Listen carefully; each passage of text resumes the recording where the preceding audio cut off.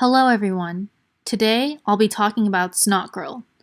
Written by Bryan Lee O'Malley and illustrated by Leslie Hung, Snotgirl revolves around a famous fashion blogger named Lottie Person. While she appears flawless on social media and has over 1 million Instagram followers, her behind-the-scenes life consists of snotty allergies, shallow friends, thirsty men, and a chain of murder mysteries. Of course, Lottie herself is vain and shallow, obsessed with the dresses she wears, the makeup she puts on, the relationship she'll never get to fix. But she's also insecure about her allergies, her sexuality, her place in life, and her fragile friendships. Despite how much we may dislike Lottie, there might be a little bit of her in all of us.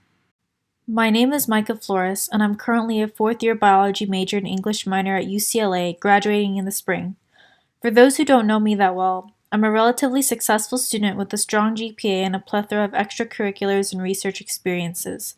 On my LinkedIn profile, you can see all the positions I currently have: a spelling and pronunciation teacher and an adult literacy tutor at the Los Angeles Public Library, a co-president of a successful art club at UCLA, the publicity and relations coordinator at the American Medical Student Association. What do you want to be when you grow up? Everyone asks. I smile at them as an automatic response flies out of my mouth. I want to go to medical school. I want to become a doctor. I want to earn enough money to live well and sustain myself for the rest of my life. During job interviews, they ask me, what makes you an ideal candidate for this position?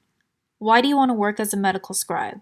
Why? And I feed them the answers they want to hear. I act like I know what I'm talking about because I've trained my whole life to act like I know what the future holds in store for me, because I do what makes my parents happy. But the truth is, I don't know why I do all this. I don't know what I want to be when I grow up. I don't know if I even want to have kids or if I want my own family. All I know is I don't want to think about the future where I have to shoulder the weight of real-world responsibilities. I want to draw on my digital tablet all day. I want to sleep in and talk with my friends, whether it be through real life or through online Twitter.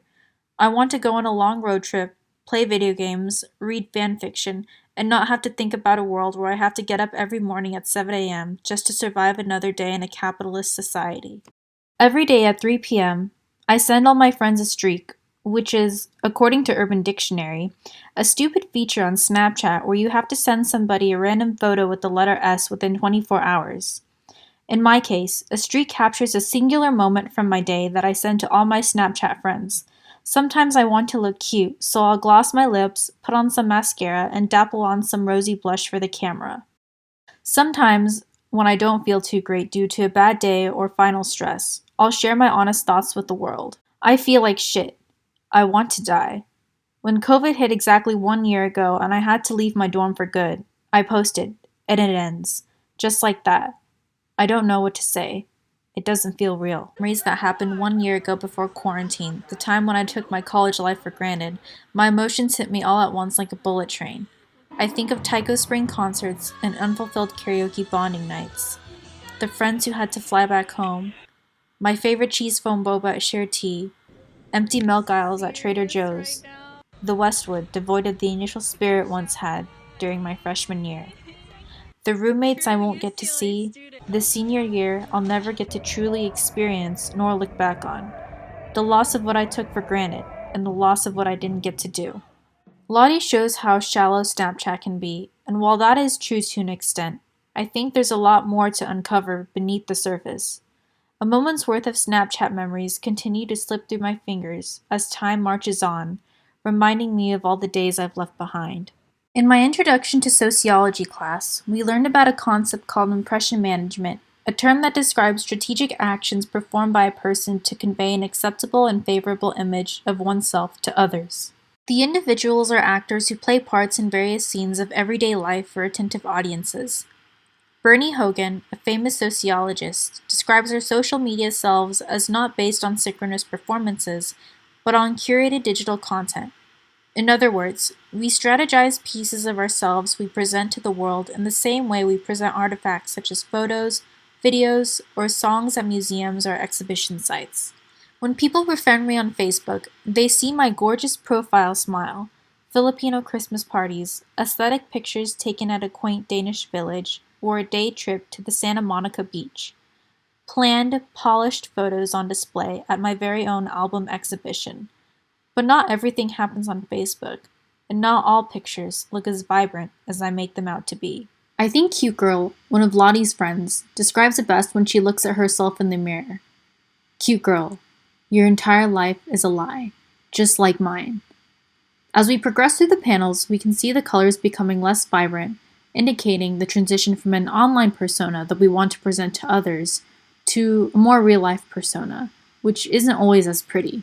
Sometimes, when I look through all my old Facebook posts, I miss the days when I could hug my friends in public, walk around the Grove without a mask on, and go on leisurely excursions just to eat ramen at Little Tokyo. While my little album museum does not always reflect what goes on behind the scenes in my life, the photos hold some truth to the life I used to live. I may be acting in those pictures for a digital audience, but not everything in those images was a total lie. You know how Charlene says in Volume 5, "Yeah, but Lottie, you're like beautiful and together and happy?" Lottie responds back, "That's not real life." And that's the truth. Similar to Facebook, Instagram allows me to carefully construct and present images for a particular audience known as my followers. But here, I can share my full-fledged creative side through my mimi.mike's Instagram account and showcase my digital art to the world. In fact, one of my art pieces got so popular to the point where it received almost 1,200 likes. "This is wonderful. This is beautiful," online strangers and friends commenting on my art would tell me. And what more could I want when I'm finally getting the love, praise, and validation I've always craved while growing up? As unhealthy as it sounds, I can't help but measure my art's worth based on how many likes I get or the number of followers I have. When I have 195 followers one day and then 193 the next, I ask myself where I went wrong or if people got bored of me due to the lack of pieces I've posted due to college taking over my life. But art is hard, I want to tell everyone. You can't even imagine the blood and sweat I've poured doing the sketch, line art, and full rendering of the piece I shared on my Instagram art museum. But in a digital world where everything happens so quickly and patience no longer exists, it's easy for people to scroll past an artwork you've spent countless hours on in the blink of an eye. It's the product they care about, you realize, and not necessarily the production process itself. I log into my Twitter app and introduce myself once again to my new audience. Hi, my name is Mimi, and I'm currently a 21-year-old college student navigating her way through life. I use she/her pronouns, and I'm a bisexual mess looking for a nice relationship. Some of my interests include Avatar, Legend of Korra, Danganronpa, Nier Automata, Miraculous Ladybug, Tokyo Ghoul, Fullmetal Alchemist Brotherhood, and the Persona series. When I ask myself why I go on Twitter so often, I remember how one of my deepest desires is to find a group or community I could be a part of. In high school, and college to an extent, people always left me out in their own little cliques and would talk badly about me behind their backs. Now, I desperately crave connections, whether it be through online or real life, to fill the lonely void in my heart. So despite all the mess that appears on my timeline, ridiculous fandom drama, trashy politics, people fighting about fictional ships and characters, Twitter is my place for sharing my interests and connecting with my mutual friends in the outside world. When Lottie looks at herself in the mirror, tears falling down her face, snot dribbling out of her nose, she calls Meg a fucking mess. And Meg responds to her on the other side of the door, "I just want someone to hold me tight and never let go." Is that so crazy? And well, honestly, it's not so crazy, because I too desperately crave some sort of connection in a fast-paced and materialistic world.